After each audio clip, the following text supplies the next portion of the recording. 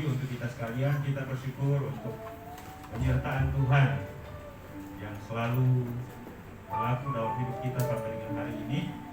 Hari ini kita berkumpul bersama-sama, bahkan seluruh dunia memperingati hari kematian Kristus di atas kayu salib. Karena itu mari kita khususkan hari ini, kita fokus untuk merenungkan akan kebaikan Tuhan melalui pengorbanan dan kematiannya di atas kayu salib. Kita akan segera memulaikan ibadah ini, dan sebelum kita memulai, saatnya kita sekalian untuk masing-masing bersaat teduh. Mari kita berdoa dalam melalui kesempatan ibadah hari ini. Kita mempersembahkan yang terbaik sehingga nama Tuhan dipuji dan dipemuliakan, dan semua kita diberkati oleh Tuhan. Lukas 23 ayat 44 sampai 46 berkata, ketika itu hari sudah kira-kira jam 12, lalu kegelapan meliputi seluruh daerah itu sampai jam 3, sebab matahari tidak bersinar dan tabir bait suci terbelah dua. Lalu Yesus berseru dengan suara nyaring, "Ya Bapa, ke dalam tanganmu kuserahkan nyawaku." Dan sesudah berkata demikian, Ia menyerahkan nyawanya. Mari kita siapkan pujian, katakan sejauh timur dari barat. Begitu besar kasih Tuhan terhadap setiap kita, terhadap setiap manusia. Ia peduli. Karena itu Ia datang ke dalam dunia ini. Ia rela menderita, bahkan mati di atas kayu salib, karena kasih-Nya untuk menyelamatkan kita yang berdosa.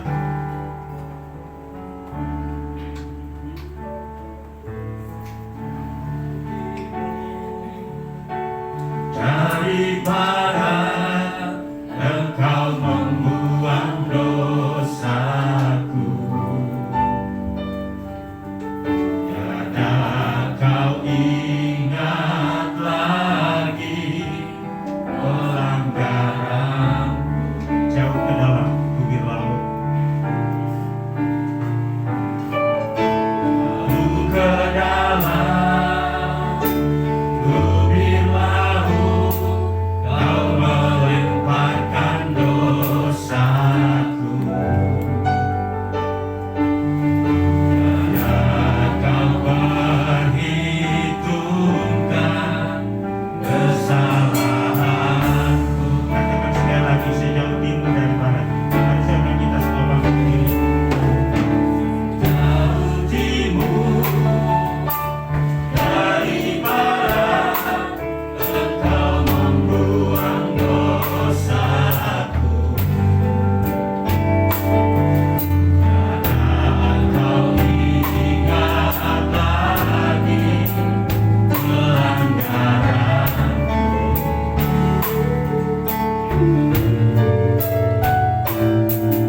Jauh ke dalam tubir laut Kau melemparkan dosaku, tiada Kau perhitungkan kesalahanku. Betapa besar kasih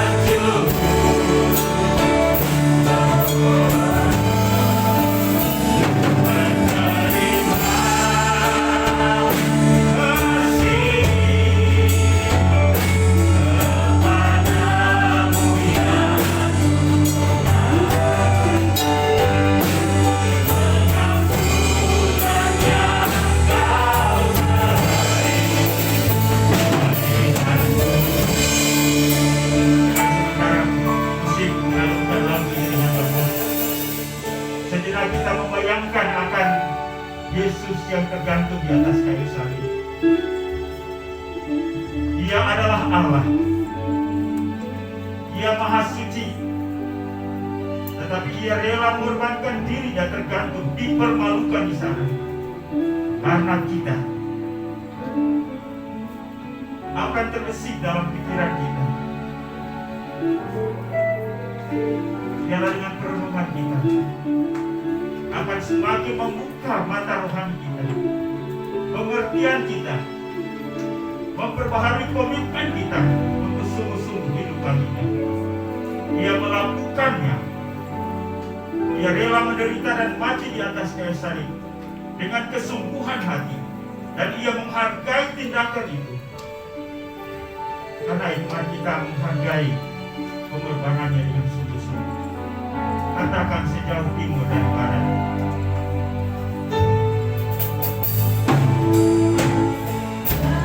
Timur dari barat, Engkau membuang dosaku. Tiada Kau ingat lagi pelanggaran. Jauh ke dalam laut. Jauh ke dalam bumi laut, Kau melimpahkan dosaku. Kau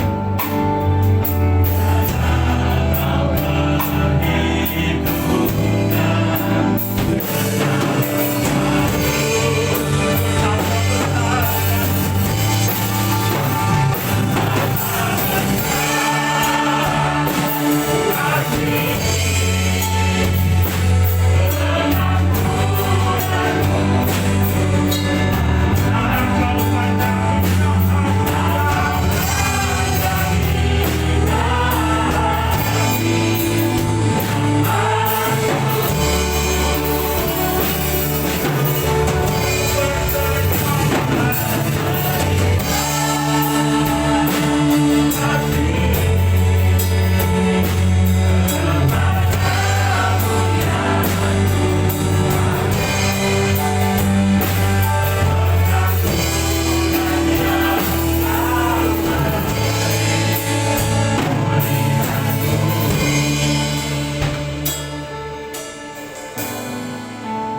betapa besar kasih pengakuan kami di hadapan Dia, Bapa. Oh, betapa luar biasanya kasih-Mu itu. Dan karena kasih-Mu, Dia akan pengampunan bagi kami. Yang tidak pernah mundur dan tahan dari segala kematian yang baru. Terima kasih Tuhan. Yang kembali perenungan kami hari, kesadaran kami, dan komitmen kami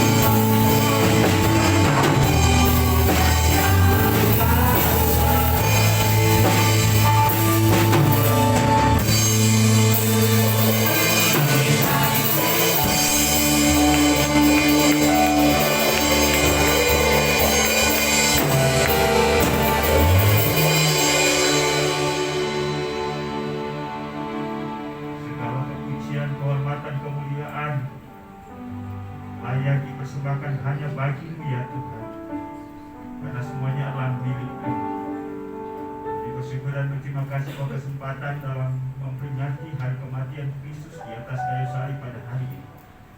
Bersama-sama kami berkumpul untuk beribadah, memuji dan menyembah-Mu, mempersembahkan persembahan kami, dengarkan firman-Mu, dan merenungkan akan kebesaran kasih-Mu bagi kami.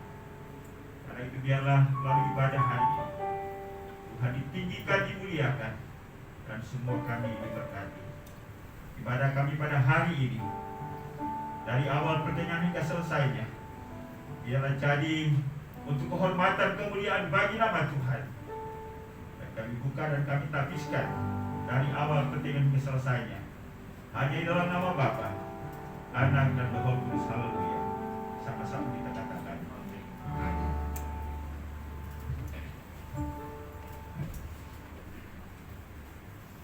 Nama Tuhan, Shalom. Ada sukacita pada pagi hari ini untuk kesempatan yang luar biasa yang Tuhan masih berikan bagi kita, di mana kita boleh berkumpul dan bersama-sama memuji-besarkan nama Tuhan. Pada hari ini kita memperingati akan kematian Tuhan di atas kayu salib, di mana Dia menebus setiap dosa-dosa kesalahan kita. Kita mau bersukacita karena tiba saatnya keselamatan dan kuasa yang Tuhan berikan bagi kita. Kita angkat pujian kita oleh darah anak domba. Sekarang telah tiba keselamatan dan kuasa dan pembedaan Allah kita, kuasa yang diurapinya.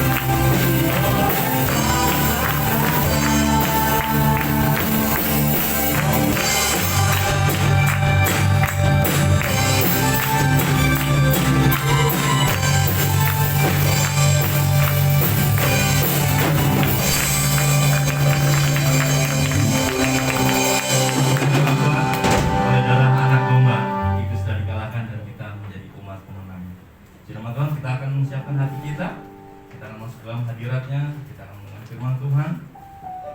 Bila setiap firman Tuhan yang akan disampaikan boleh menjadi rema dalam kehidupan kita, boleh bertumbuh, menata, berubah dalam setiap kehidupan kita. Kita masuk dalam hadiratnya, kita mengangkat pujian. Hanya Engkau Tuhan di hidupku, karena salib-Mu, kuasa darah-Mu yang menyucikan dan memulihkan hati kita. Salib Tuhan kita boleh hidup, dan karena salib Tuhan kita boleh dimenangkan. Karena penebusan yang di atas kayu salib, kita boleh menjadi hidup. Hanya Kau Tuhan di hidupku, Kau berikan hidup yang baru. Darah-Mu menyucikan, pulihkan hatiku. Ku nyatakan Kaulah segalanya. Engkaulah sumber pengharapan.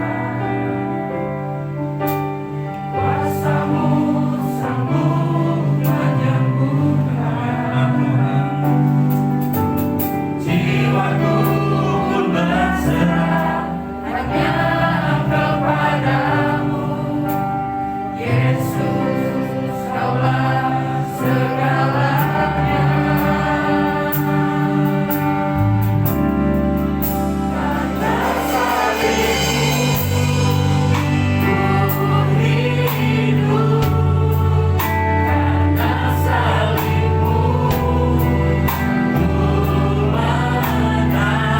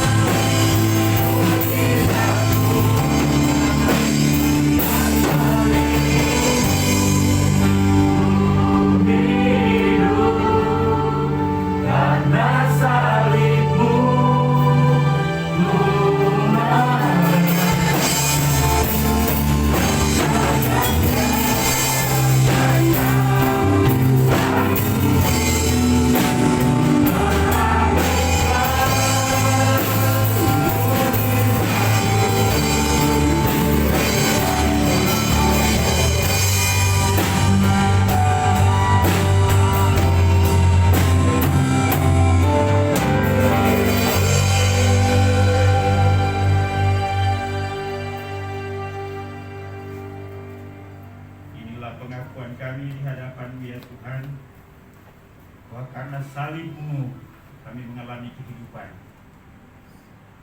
Karena salib-Mu pintu surga terbuka bagi kami. Dan biarlah pernyataan ini sungguh lahir dari hati kami yang benar-benar memahami, mengerti akan kebenaran ini, serta kami mengungkapkannya dengan tulus hati dan dengan komitmen yang tinggi, agar kami dapat meresponi akan pengorbanan salib itu dalam sepanjang kehidupan kami. Terimalah puji-pujian kami hari ini, terimalah penyembahan kami ya Tuhan. Dan biarlah pujian ini berdampak balik pada kehidupan kami, yang semakin taat, semakin setia, semakin hidup kudus bagi-Mu. Terima kasih, ini tiba saatnya kami akan belajar firman. Dan mohon Tuhan Engkau ajar kami, Roh Kudus Engkau bantu kami untuk menyingkapkan rahasia kebenaran firman-Mu. Dan kami menyambutnya, kami menerimanya tanpa syarat. Kami siap untuk melakukannya dalam hidup kami. Berkati hamba-Mu juga, teguhkan supaya dalam penyampaiannya setiap kata dan kalimat yang disampaikan sungguh-sungguh berasal dari Tuhan. Biar damai sejahtera Allah menaungi kami. Dalam nama Tuhan Yesus kami mengucap syukur haleluya. Amin. Silakan duduk. Baik, puji Tuhan, shalom. Selamat berjumpa kembali pada kesempatan pada pagi hari ini dalam rangka memperingati atau mengenang kematian Yesus Kristus di atas kayu salib. Dan hari ini dunia sementara melakukan hal yang sama, ya, memperingati peristiwa yang luar biasa. Juga kita baik di Indonesia maupun di tempat ini dalam situasi pandemi corona dan juga situasi yang berkembang di 1-2 hari atau 1-2 minggu ini, ya, Indonesia mengalami pergumulan demi pergumulan. Nah, dalam situasi itu hari ini bersama-sama kita kembali memperingati penderitaan dan kematian Kristus di atas kayu salib. Karena itu, mari saja kita untuk membuka 2 bagian firman Tuhan. Yang pertama terambil di dalam Injil Yohanes pasal 19 ayat 28 sampai dengan ayat yang ke-30. Dan pembacaan yang kedua terambil dari Roma pasal 6 ayat yang ke-5 sampai dengan ayat yang ke-11. Mari pertama kita baca Yohanes pasal 19 ayat 28 sampai dengan ayat yang ke-30.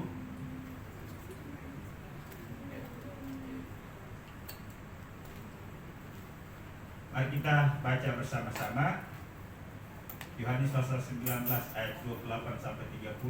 1, 2, 3. Sesudah itu, karena Yesus tahu bahwa segala sesuatu telah selesai, berkatalah ia, supaya genaplah yang ada tertulis dalam kitab suci. Aku haus. Di situ ada suatu. Maka mereka mencucurkan bunga karen yang telah dicelupkan dalam anggur asam pada setiap nisop, lalu menuju ke mulut Yesus. Sesudah itu Yesus meminum anggur asam itu, berkatalah ia, sudah selesai. Lalu ia menundukkan kepalanya dan menyerahkan nyawanya. Puji Tuhan. Pembacaan yang kedua dalam kitab Roma pasal 6 ayat yang ke-5 sampai dengan ayat yang ke-11. Saya membacakan ayat yang genap, jemaat Tuhan silakan membacakan ayat. Saya membacakan ayat yang ganjil, jemaat Tuhan membacakan ayat yang genap. Saya mulai ayat yang ke-5 Roma 6.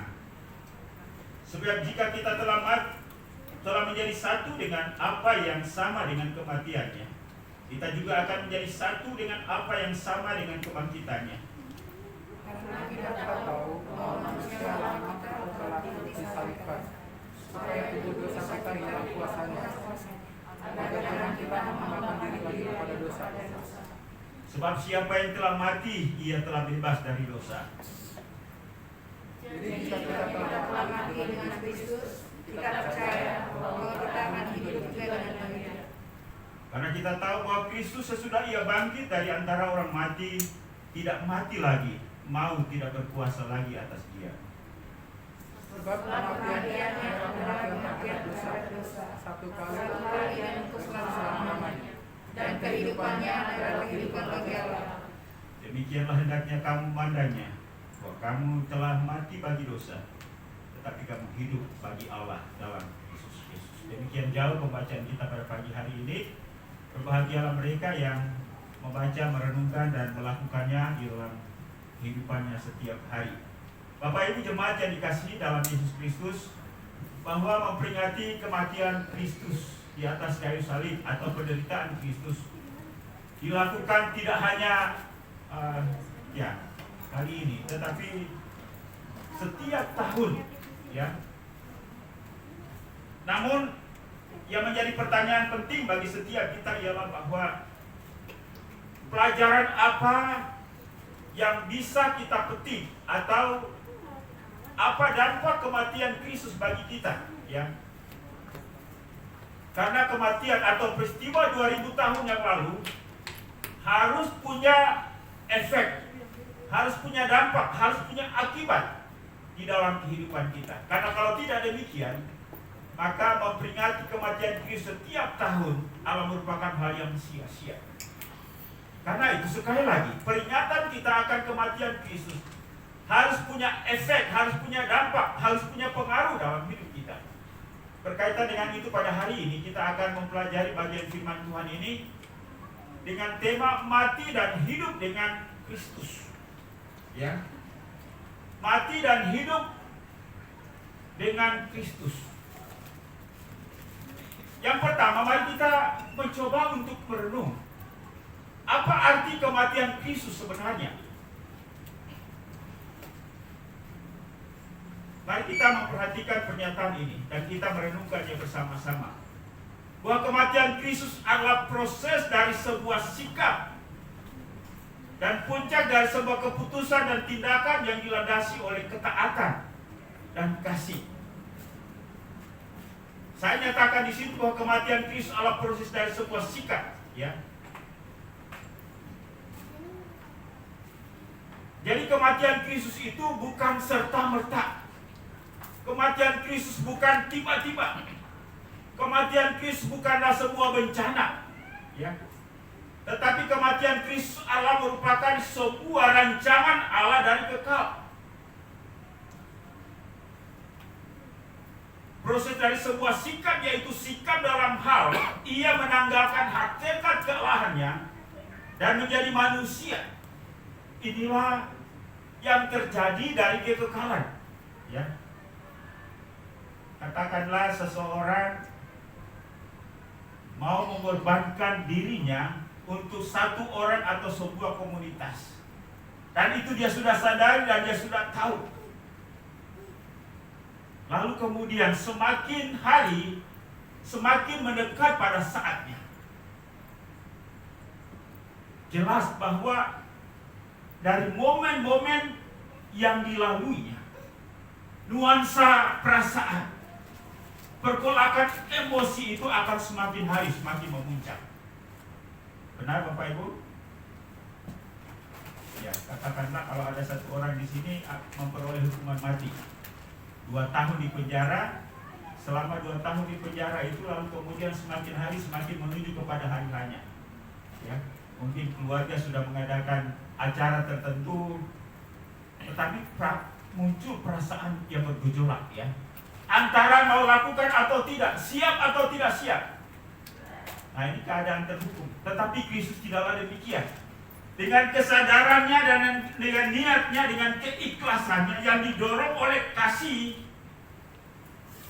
dan ia siap untuk melakukan itu.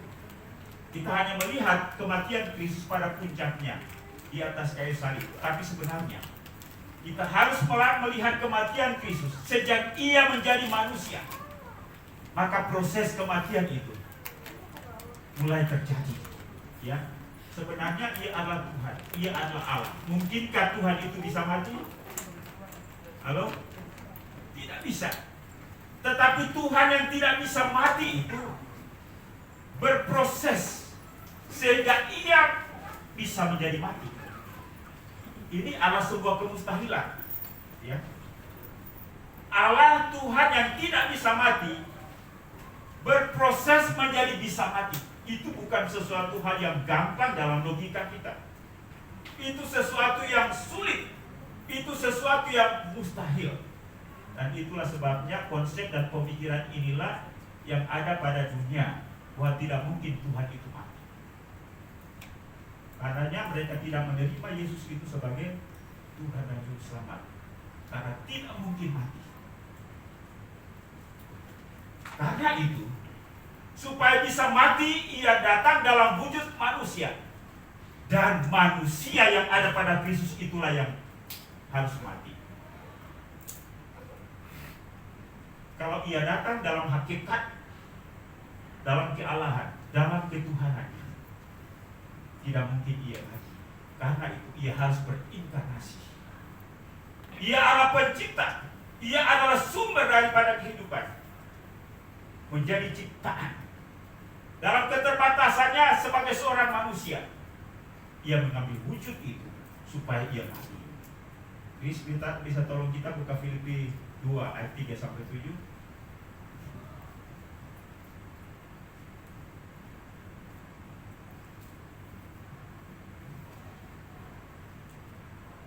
Dengan tidak mencari kepentingannya sendiri atau puji-pujian yang sia-sia, sebaliknya hendaklah dengan rendah hati yang seorang menganggap yang lain lebih utama daripada dirinya sendiri. Ini adalah merupakan sikap Kristus dalam hal ia keluar dari kesenangannya, kehormatannya, kemuliaannya, karena ia memberikan prioritas utama kepada pihak luar, yaitu Bapaknya dan manusia. Terus, dan janganlah tiap-tiap orang hanya memperhatikan kepentingannya sendiri, tapi kepentingan orang lain juga. Terus. Ini. Hendaklah kamu dalam hidupmu bersama menaruh pikiran dan perasaan yang terdapat juga dalam Kristus Yesus. Pikiran dan perasaan. Pikiran dan perasaan yang mana itu? Terus, yang walaupun dalam rupa Allah, tidak menganggap kesetaraan dengan Allah itu sebagai milik yang harus dipertahankan. Saudara-saudara, ini yang saya sebut tadi sebuah proses. Dari hakikatnya sebagai Tuhan, dari hakikatnya sebagai Allah, ya, demi manusia yang berdosa, ia tidak mempertahankan hakikatnya, derajatnya, kemuliaan dan semua atribut yang ada pada dirinya. Ia keluar dari semua kenyamanan itu. Lalu apa yang terjadi? Terus, melainkan telah mengosongkan dirinya sendiri dan mengambil rupa seorang hamba dan menjadi sama dengan manusia. Kalau Bapak Ibu pikir-pikir ini gampang atau sulit? Sulit ya. Dulu ada sebuah acara di televisi itu di mana ada orang kaya yang memposisikan diri sebagai orang miskin, ya, atau keluarga kaya memposisikan diri sebagai keluarga miskin. Yang tadinya hidup mewah, yang tadinya serba mau apa saja bisa dilakukan, sekarang memposisikan diri sebagai yang tidak punya apa-apa. Mau ini tidak bisa, mau itu tidak bisa. Gampang atau susah? Sulit. Saya rasa sulit. Inilah yang seharusnya terjadi pada Kristus. Ia Allah pencipta, tapi datang dalam bentuk ciptaan. Ia adalah Allah datang dalam wujud manusia. Ia maha kuasa. Ia datang dalam wujud yang terbatas. Saya rasa sangat sulit. Mari sekejap kita merenungkan bagian ini. Ini saja sudah membawa penderitaan yang luar biasa, ya. Tetapi ia tidak mempertahankan semua kenyamanan, kemuliaan, hakikatnya sebagai Allah. Lalu dalam kasihnya, yang ia, Bapak Ibu dan Saudara, ia tidak pernah terpaksa untuk turun ke dalam dunia dalam wujud manusia, menjadi hamba, dihina, dicaci maki, diolok, bahkan menderita di atas kayu salib. Saya rasa ia lakukan itu dengan kesadaran, bukan karena terpaksa. Kita kalau menderita kadang-kadang terpaksa, kan? Benar Bapak Ibu? Halo. Ya. Terpaksa. Tapi Yesus tidak.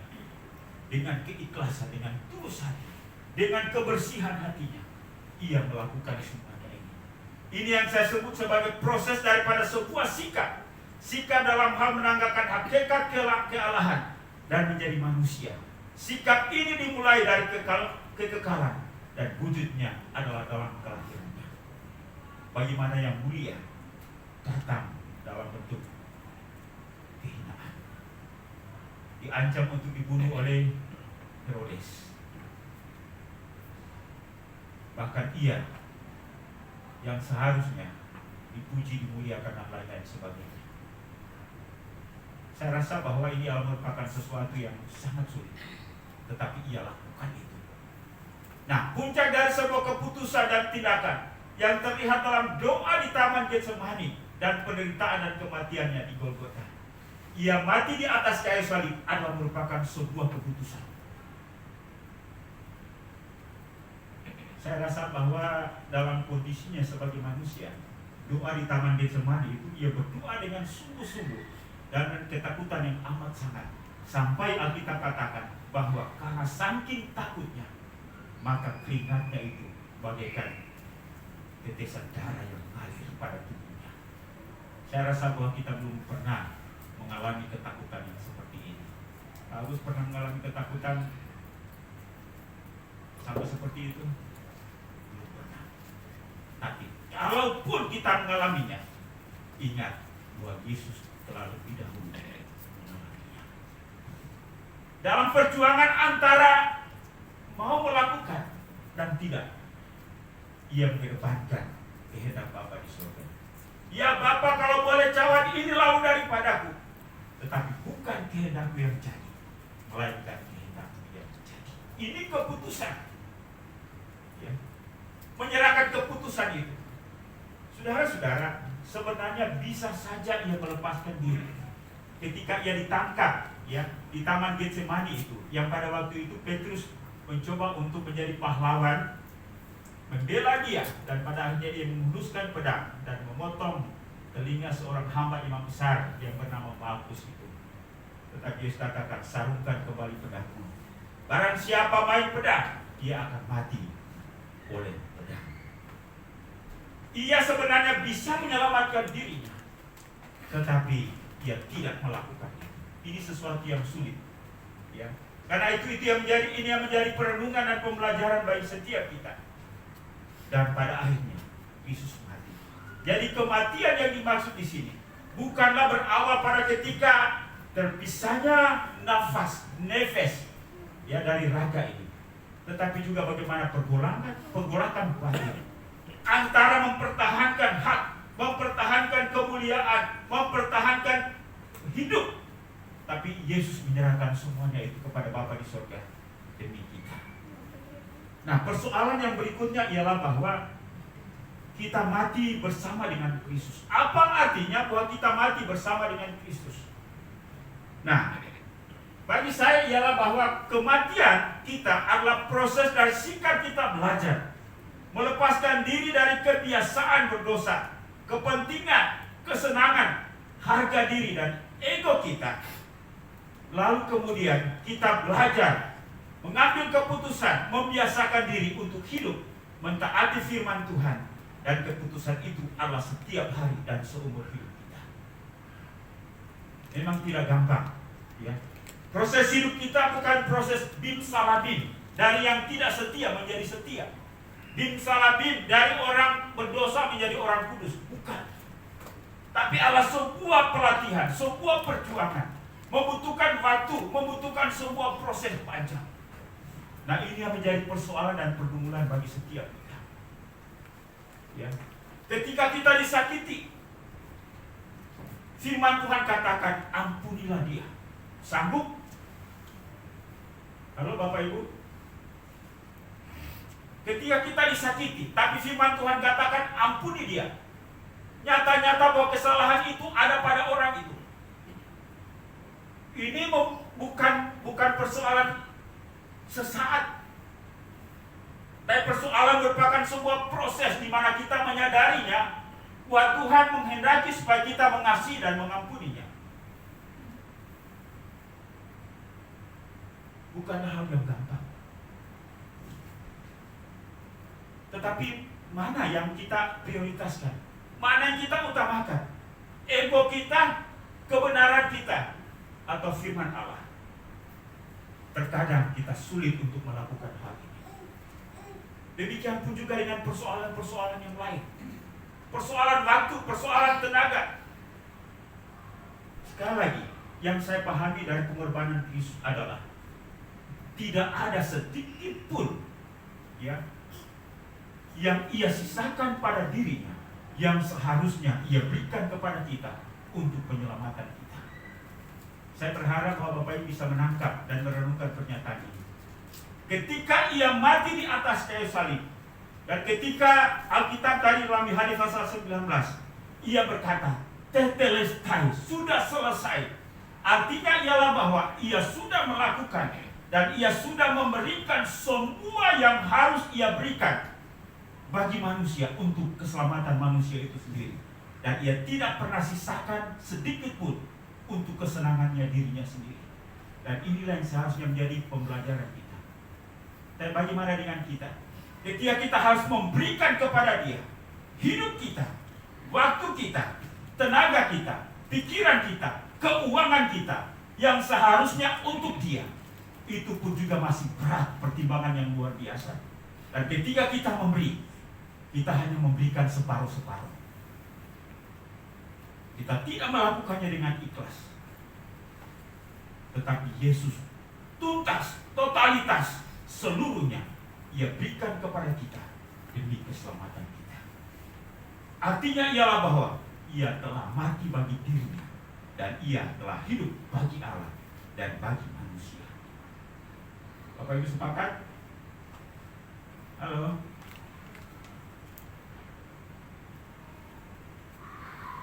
Ini pandangannya nanar ya. Jadi ini nyambung nggak ya? Sekali lagi dalam kematiannya, ketika ia berkata sudah selesai, Yesus telah memberikan seluruhnya ya kepada manusia yang ada pada dirinya, yang olehnya manusia diselamatkan. Ia tidak pernah menyisakan sedikit pun untuk dirinya, untuk egonya, untuk kesenangannya. Tapi ia memberikan secara totalitas dengan usaha yang tinggi, yang sangat tinggi, upaya yang maksimal, dan ia belajar untuk ikhlas. Inilah yang perlu kita pelajari melalui peristiwa penderitaan dan kematiannya. Sehingga dengan demikian Alkitab katakan kita mati bersama-sama dengan Dia. Sebab kita telah menjadi satu dengan apa yang sama dengan kematiannya, kita juga menjadi satu dengan apa yang sama dengan kebangkitannya. Ayat yang ke-8. Jadi kita telah mati dengan Kristus. Kita percaya bahwa kita akan hidup juga dengan Dia. Hidup dengan Dia ini bukan pada masa eskatologi atau masa kekekalan, tapi hidup dengan Dia adalah hidup di hari ini. Artinya ialah bahwa kita hidup bagi Dia, kita hidup bagi Allah. Kita bukan hidup bagi diri sendiri, ya, dengan kenikmatan duniawi masa lalu kita, dengan ego kita dan lain-lain sebagainya. Tapi kita hidup bersama-sama dengan Kristus. Hidup artinya ialah bahwa mencondongkan diri kita kepada Allah.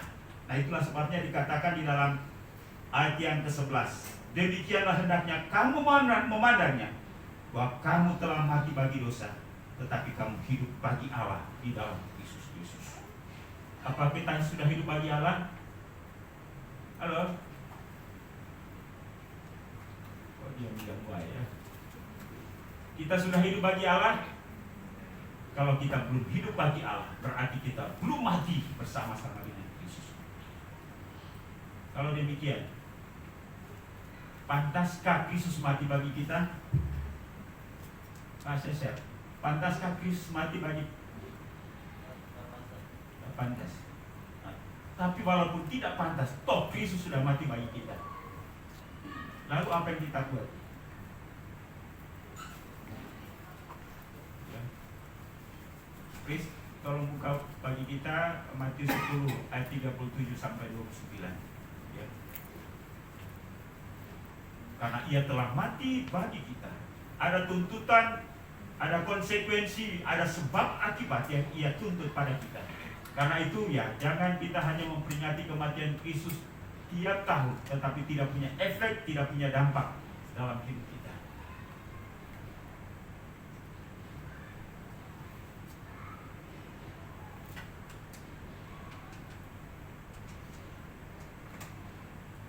Ayat 37. Matius 10 ayat 37 dan sampai 39. Mari kita baca bersama-sama 1, 2, 3. Barang siapa mengasihi bapa atau ibunya lebih daripada ia tidak layak bagiku. Dan barang siapa mengasihi anaknya laki-laki atau perempuan lebih daripada ia tidak layak bagiku. Terus, barang siapa tidak memikul salibnya dan mengikut aku, ia tidak layak bagiku. Barang siapa mempertahankan nyawanya, ia akan kehilangan nyawanya. Dan barang siapa kehilangan nyawanya karena aku, ia akan memperolehnya. Sudahkah kekristenan kita sudah ada seperti yang dikatakan dalam ayat yang ke-37 tadi?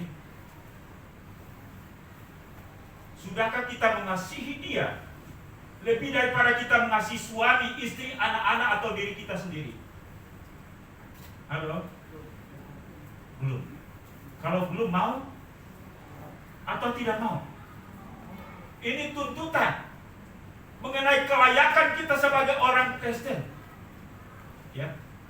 Barang siapa mengasihi bapak atau ibunya lebih daripadaku, ia tidak layak bagiku. Pernyataan ini tidak main-main. Ini bukan mudah-mudahan saya bisa capai. Mungkin dalam kapasitas kemanusiaan kita berpikir dan berkata seperti itu. Tapi saya memahaminya, pernyataan ini tidak enteng, tidak sesederhana. Tapi ini membutuhkan sebuah komitmen dan keputusan yang radikal. Ya. Saya sungguh heran dengan orang yang membiarkan dirinya mati tercabik-cabik dengan memasang bom pada dirinya demi sebuah ideologi yang pada dasarnya kebenarannya, yang kita tahu kalau orang waras ini tidak benar ajaran ini. Sepakat? Halo?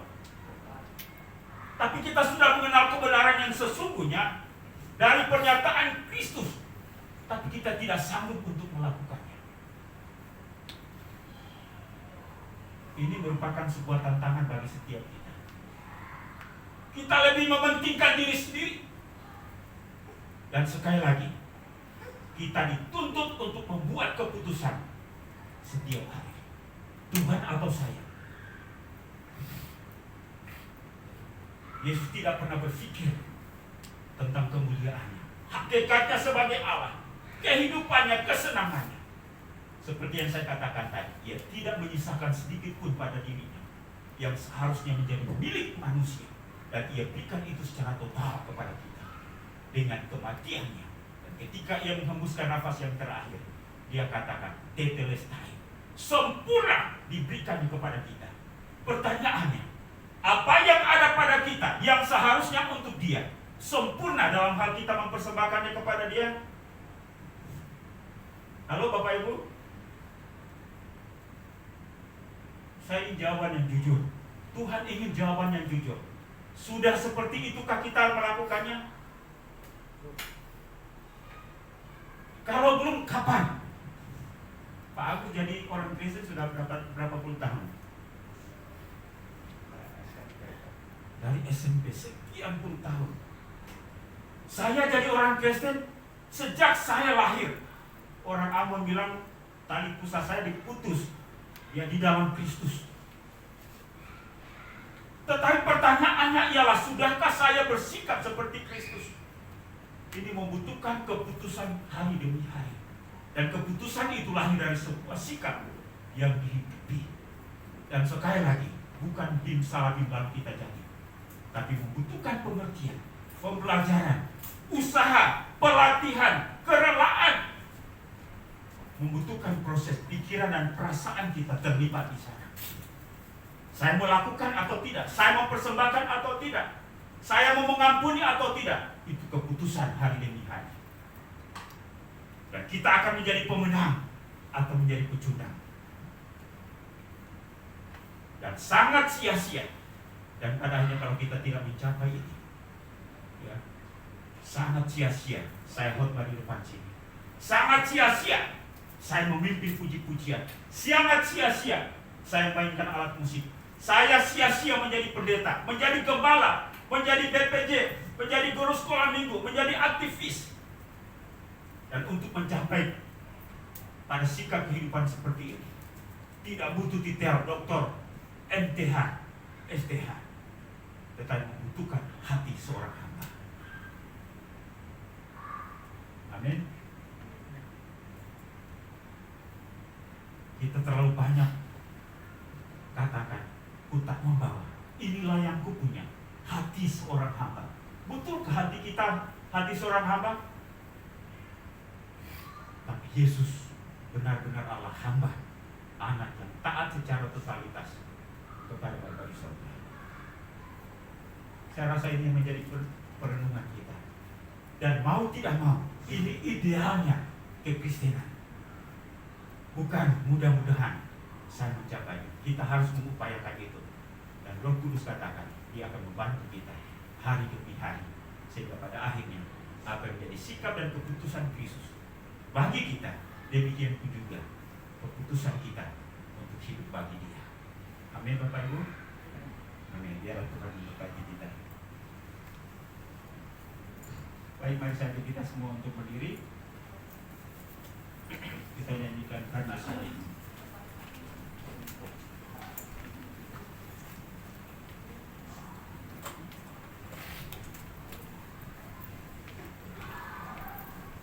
Nyanyikan ini sebagai bentuk doa kita, komitmen kita, kerinduan kita, agar kita bisa mati dan hidup bersama-sama dengan Dia.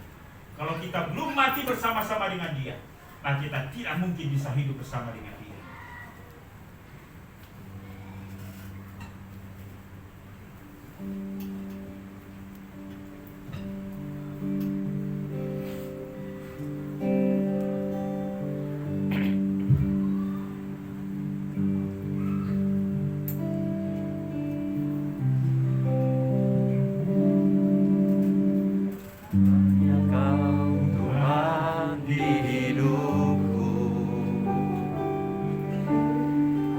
Berikan hidup yang baru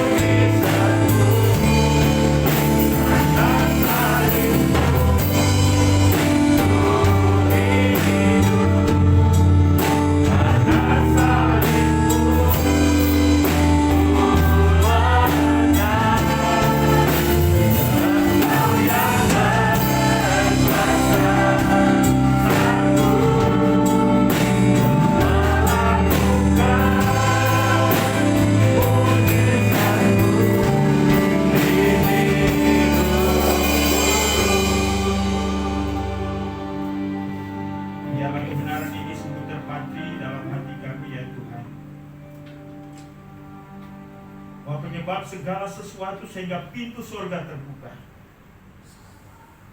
Pengampunan terbuka bagi kami.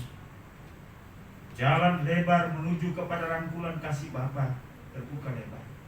Hanya oleh karena salib Kristus. Karya salib tidak tercipta dengan gampangan. Tapi karya salib tercipta oleh karena rancangan kekal. Oleh karena upaya yang maksimal yang dilandasi dengan kasih dan keputusan yang maksimal.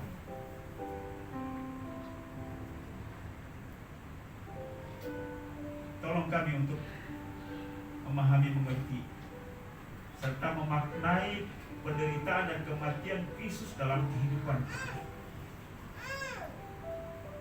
Sehingga kami dimampukan untuk mati dan hidup bersama dengan Kristus. Pengalaman ini bagi manusia adalah mustahil. Tetapi bagi Allah tidak ada perkara yang mustahil. Sembuhkan kami dari penyakit dosa kami. Penyakit yang mementingkan diri sendiri. Penyakit keegoisan kami. Penyakit kikir. Penyakit yang tidak mau mengampuni. Kami sakit ya Tuhan. Karena itu biarlah darah-Mu membalut hati kami. Biarlah hati kami disucikan. Sehingga dengan ketulusan hati kami mengasihi-Mu. Dan belajar taat dan setia kepada-Mu. Kami tahu bahwa kami akan menghadapi pilihan-pilihan ke depan kami. Apakah mengutamakan Engkau atau diri kami sendiri? Iblis akan membawa kami untuk memprioritaskan ego, kesenangan dan kepentingan diri sendiri. Tapi kami percaya bahwa Roh Kudus akan mampukan kami untuk mengambil keputusan untuk mentaati firman. Tolong saya, tolong keluarga saya, tolong badan pengurus jemaat, tolong seluruh jemaat-Mu, agar peringatan kematian Kristus dilakukan tidak hanya menjadi kebiasaan, tetapi membawa restorasi, membawa perubahan bagi kehidupan kami. Dan dengan demikian kehidupan kami menyukakan hati Allah, dan kami dapat menjadi bejana, menjadi kesaksian bagi dunia ini. Terima kasih. Jangan biarkan perenungan dan peringatan ini berhenti di sini tanpa ada perubahan dalam pemikiran kami, sikap kami, dan keputusan kami untuk mengutamakan Tuhan. Inilah doa syukur kami Bapa. Di dalam nama Tuhan Yesus kami mengucap syukur kepada Bapa di surga. Haleluya. Amin. Bapak Ibu silakan duduk. Saya undang Pak Agus dan Ibu Rohati bersama saya melayani jemaat dalam perjamuan terus pada hari ini. Kita angkat pujian Ku Telah Mati.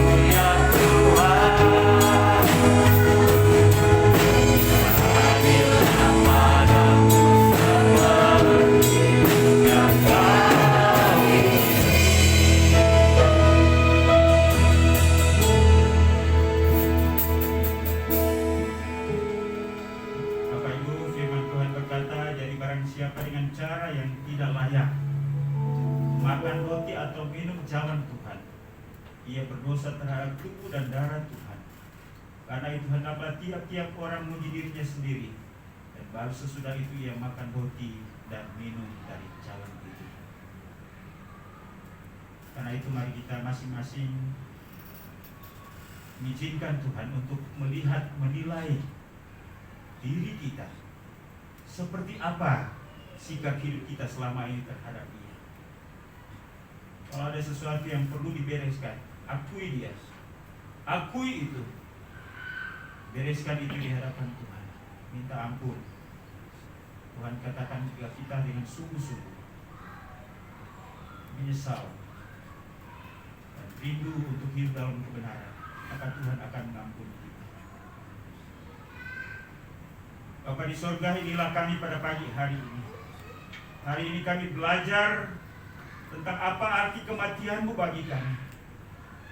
Bahwa kami juga dituntut untuk mati bersama-sama dengan Engkau. Apa yang mati pada diri kami? Yaitu cara hidup kami yang lama. Manusia lama kami yang penuh dengan keegoisan Tuhan dan mengabaikan Engkau.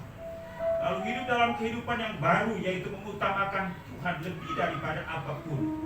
Lebih daripada suami, istri, anak-anak, bahkan diri kami sendiri.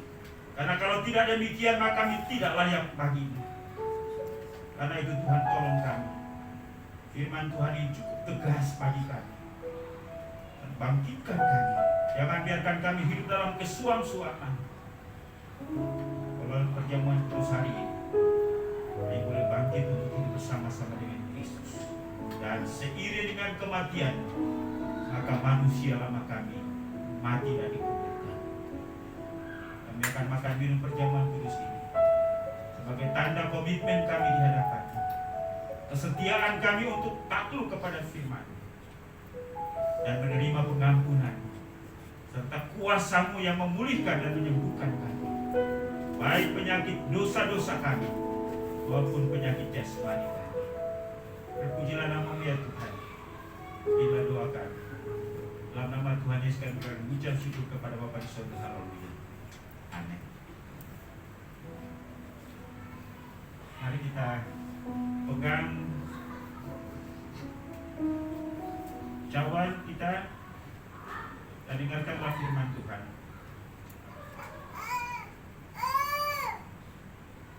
Mari kita angkat cawan dan dengarkan firman Tuhan.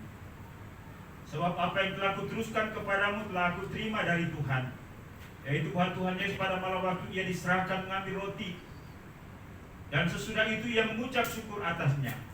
Ia memecah-mecahkannya dan berkata, inilah tubuhku yang diserahkan bagi kamu, perbuatlah ini menjadi peringatan akan aku. Mari kita makan bersama-sama.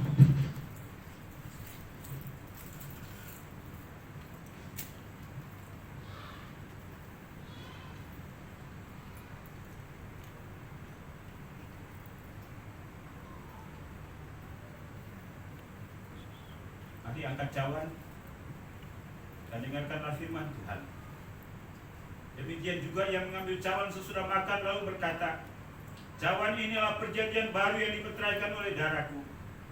Perbuatlah ini setiap kali kamu minumnya menjadi peringatan akan aku. Mari kita minum bersama-sama.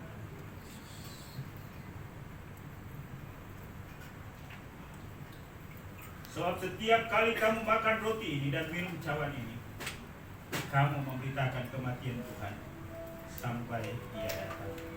Haleluya. Sebagai bentuk ucapan syukur kita, mari kita angkat pujian, katakan haleluya, haleluya.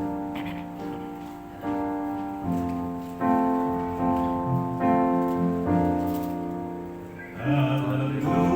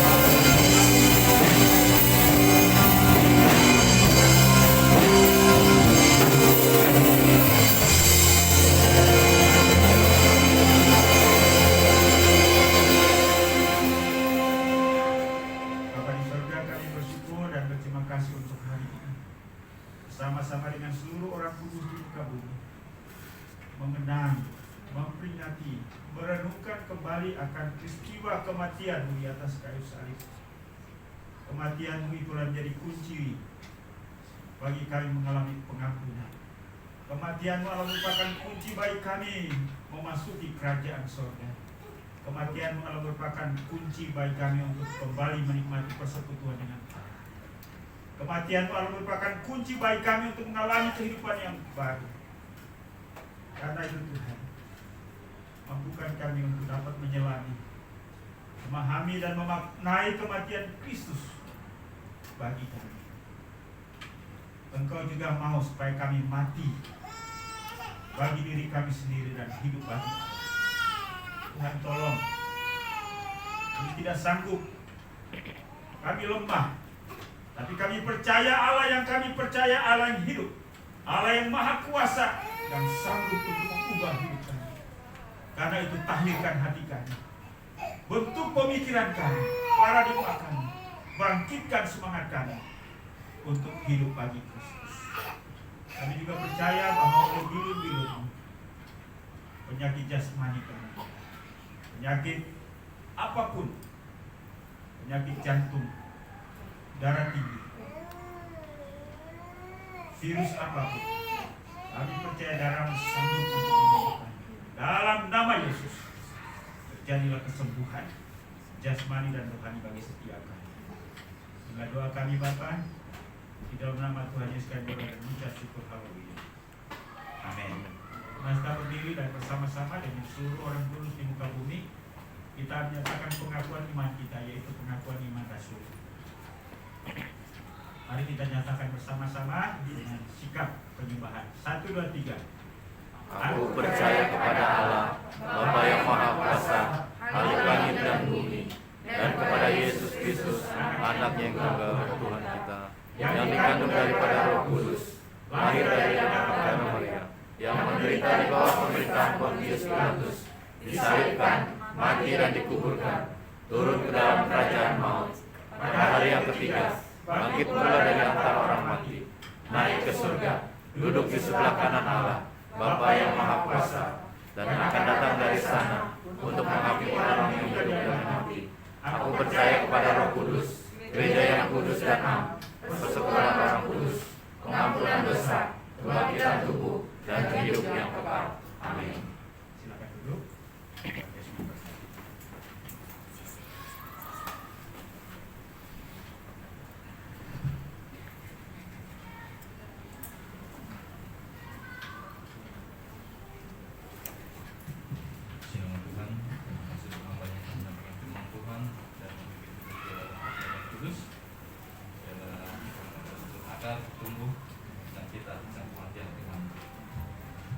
Sebentar kita akan memberikan persembahan kita yang bertugas, yang hormat saya Bapak Radiman membawakan persembahan. Sebelumnya saya akan bacakan firman Tuhan yang terambil dari Mazmur 4 ayat 6. Persembahkanlah korban yang benar dan percayalah kepada Tuhan. Di nama Tuhan, kita sebut dalam doa. Kita satu dalam doa. Tuhan Yesus, terima kasih Tuhan, kami telah lewati selama seminggu ini ya Tuhan, untuk memberkati tamu kita. Tuhan, kini biarkan kami untuk memberikan yang terbaik untuk Maria Tuhan. Tuhan, terimalah apa yang kami berikan ini, dengan ikhlas kami berikan ya Tuhan. Biarlah persembahan kami ini menjadi ramah dan duka yang harum di hadapan-Mu ya Bapa. Terima kasih Bapa, dalam nama Yesus Kristus kami berdoa. Semangat kita jalankan, kita angkat pujian dari NKJ 197. Aku tahu yang aku percaya. Aku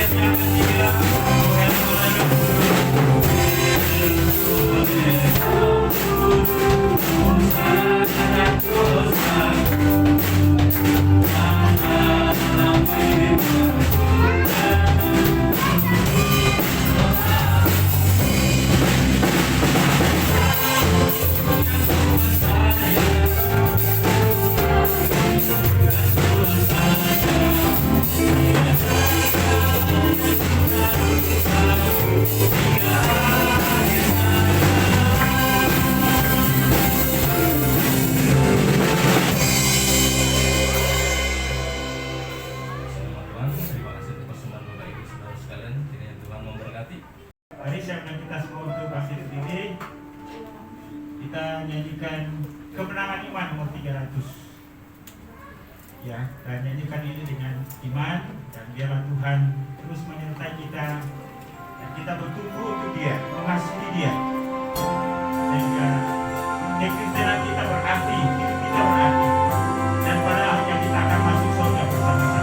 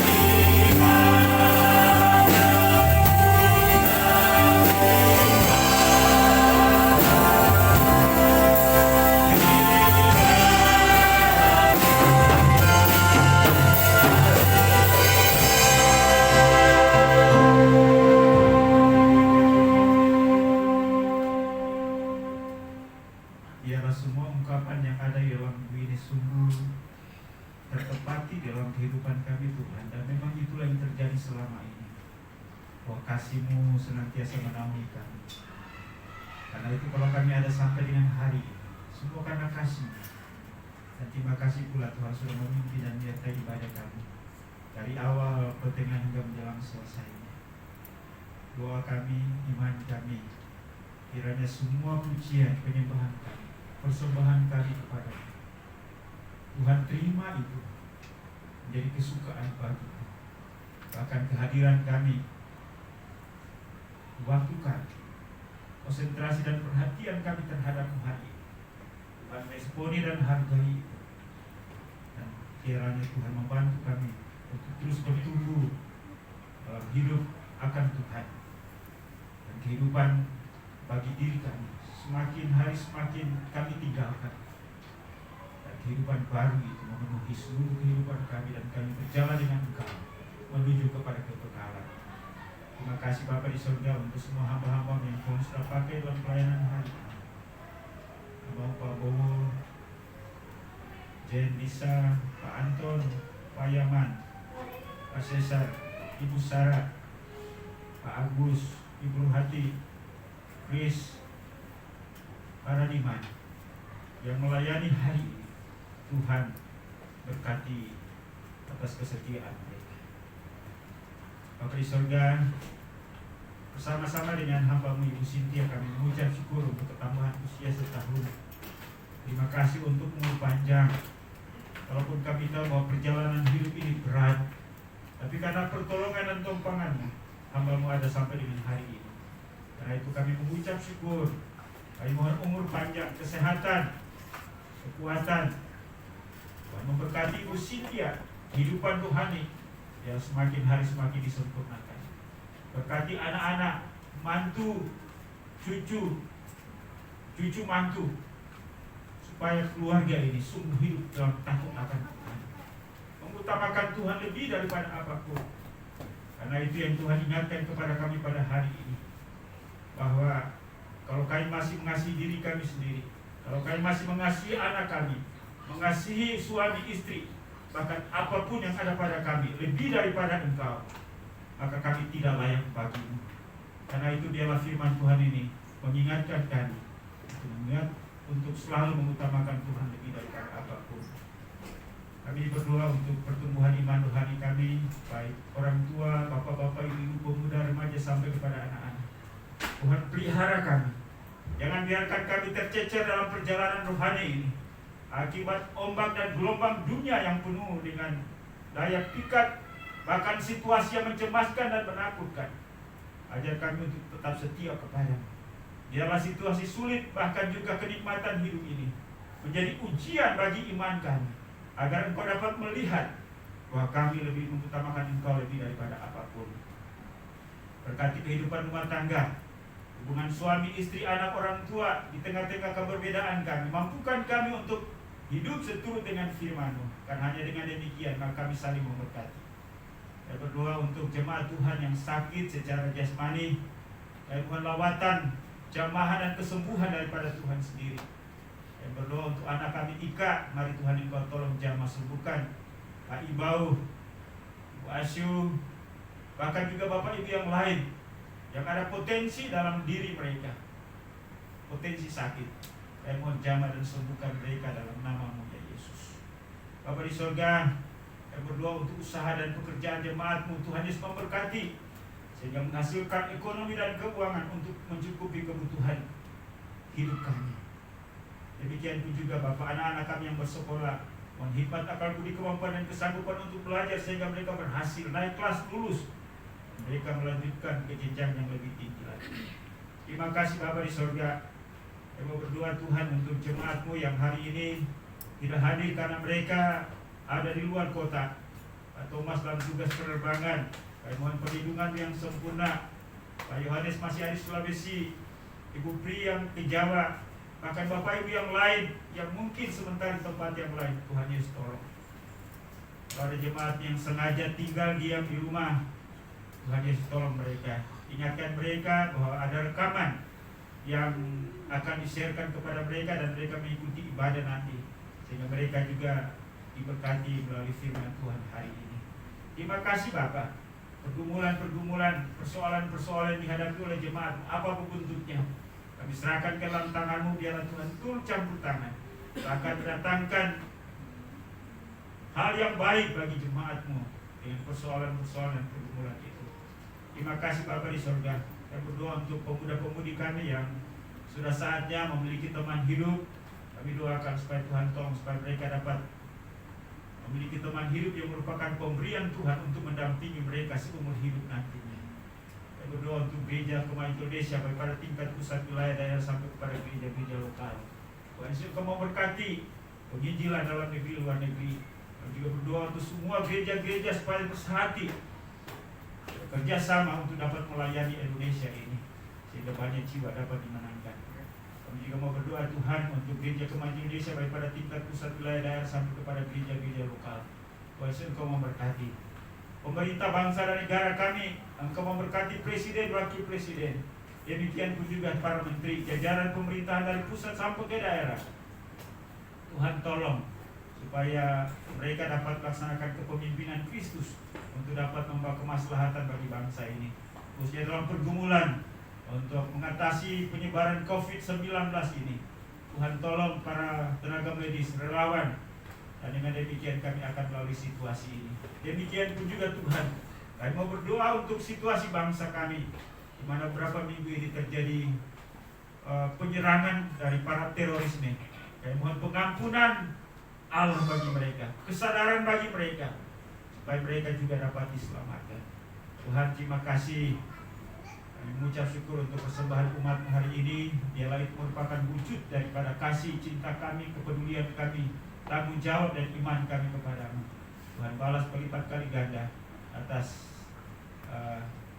semua yang telah dipersembahkan kepadamu pada hari ini. Inilah doa kami Bapa, kami sadar sungguh bahwa banyak hal yang berkaitan dengan kepentingan kami, namun tak tersebut melalui doa ini karena keterbatasan kami. Kami percaya bahwa Roh Kudus penolong agung kami untuk menyampaikan kepada Bapa di surga segala kebutuhan kami dengan keluhan-keluhan yang tidak terucapkan, dan Engkau menjawab jauh lebih besar dari apa yang kami doakan. Terima kasih juga untuk makan minum yang disiapkan oleh Ibu Cynthia sebagai ucapan syukur atas ketambahan usia hari ini. Berkati makanan ini, membuat kesehatan kuatan baru bagi tubuh kami. Kembalikan berkat-Mu berlipat kali ganda bagi hamba-Mu Ibu Cynthia. Inilah doa kami Bapa, yang kami naikkan hanya dalam nama Yesus Tuhan dan Juru Selamat kami. Bapa, terima kasih. Bapa, terima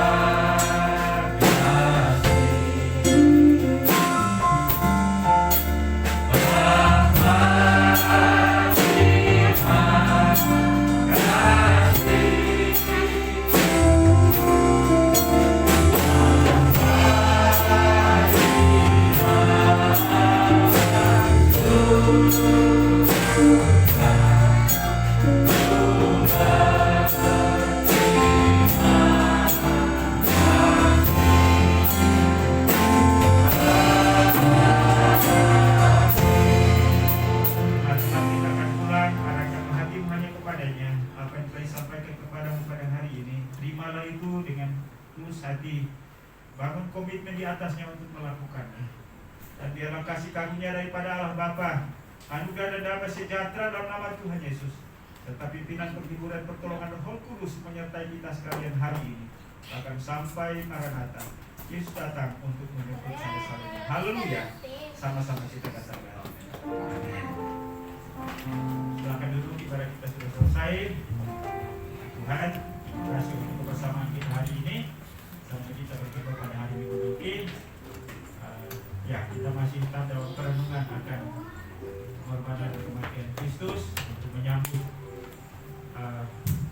peringatan kebangkitan dan kemenangan pada hari ini. Tuhan Yesus memberkati.